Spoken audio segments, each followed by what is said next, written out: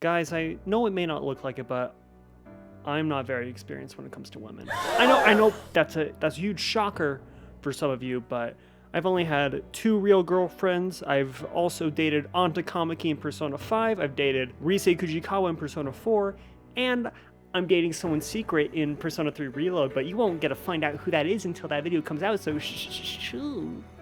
And I would say I'm pretty inexperienced for guys my age. Granted, I might have had more relationships than some other people, but those relationships didn't go very far. And I'm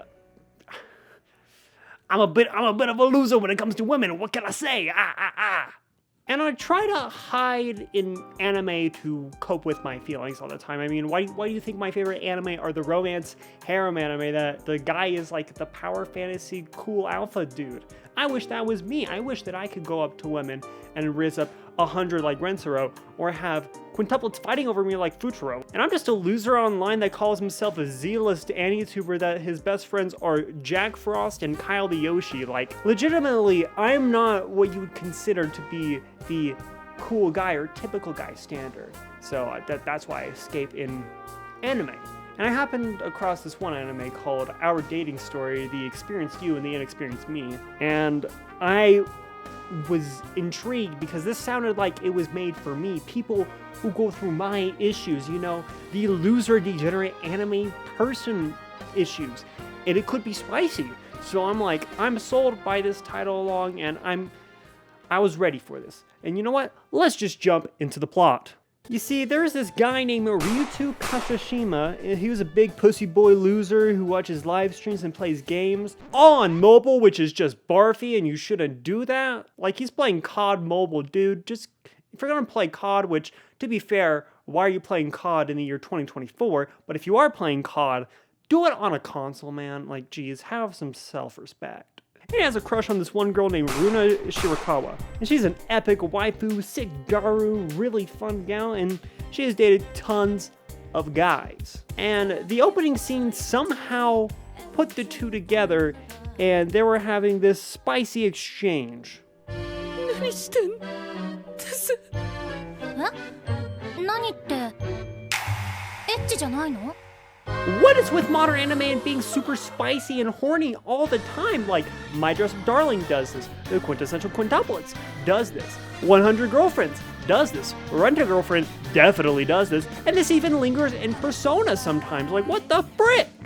But how did we get here is the big question we're asking. Well, one day, Runa went up to Ryuto and was like, "Hey bro, you got a pencil?" And he was instantly full chub, but he wasn't gonna let it get to him. He was a baby bitch boy, really, and he was just gonna be like, whatever, I have a crush on this girl.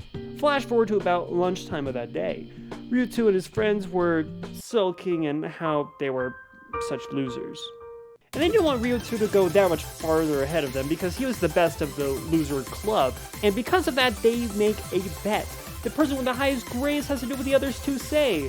Sadly, our baby bitch boy passed, and it really wasn't that hard. The other guys are just booty cheeks at classes. And they decide that they want him to ask out his crush. Oh, how scandalous. So, the moment is here. He has finally gotten the courage, or the push, rather, that he needed to even have a chance to step up and even say an actual word to Runa. Let alone asking her out to like a date or to be her boyfriend or anything, but he asked the question. And she says yes. And this is really so shocking because the only exchange they've had is him giving her a pen, and he's like, why are you dating me? And she's like, oh, you're cute, I guess. That's it? You don't even know me? Well, you don't know me either. Well, you don't even know my name! And so they try to get to know each other a little bit. You know, they're walking home, getting into the superficial stuff, and they end up at Runa's house, and Runa invites him inside, you know, and just chilling for a bit to do stuff, and oh my gosh, she's taking off her clothes, holy shit. That is a little too fast because, you know, sex doesn't happen right on whenever you ask to normal people, at least that's what I think. Again, I'm the inexperienced person, so I wouldn't know. Let me know down in the comments if you bone after someone says, hey, I like you, and you guys just have fun, sexy time. And Ryuto isn't really ready for sex at all. I mean, he's a scared baby bitch boy. Why would he be ready to have sex like a hentai protagonist? He is not that. He is the complete opposite. And so Runa's like, okay, I respect your boundaries. Let's just date and get to know each other, like you said.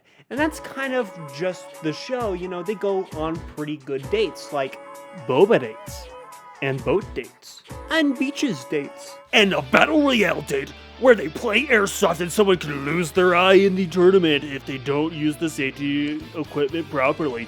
Who will get the victory royale with cheese? Find out next time on Total Drama Island! Wait a second. That's the wrong show. Silly me.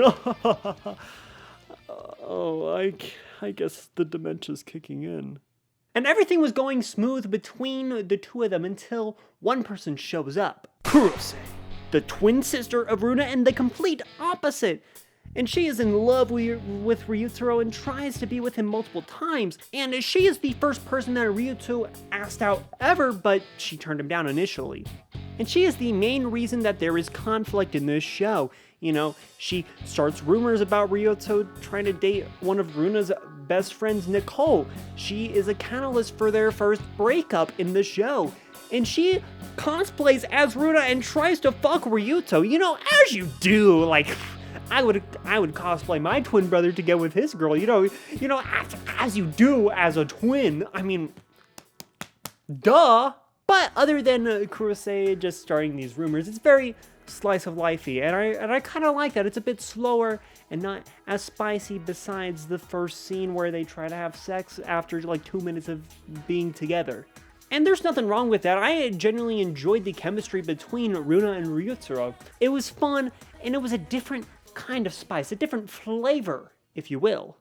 This show felt like a CW show, but anime, which is kind of epic. And a lot of the problems really had no weight, like they instantly got solved, which is kind of meh. I don't really like it when a problem instantly gets solved, but it is what it is, as they say on the YouTubes.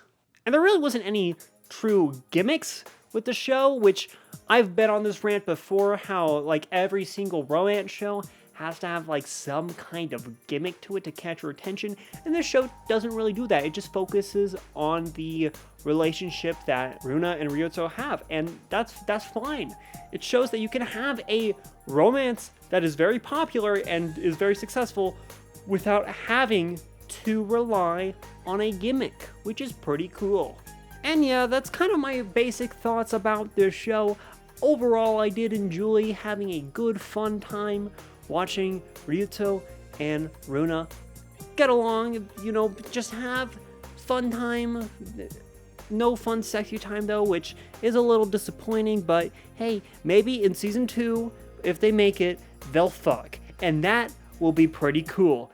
And that's it for today's video. I hope you did enjoy it. If you want to watch another one of my banger videos, you can click right here where the boys are to watch my last video about the 100 Girlfriends anime. It is pretty good, in my opinion, I guess.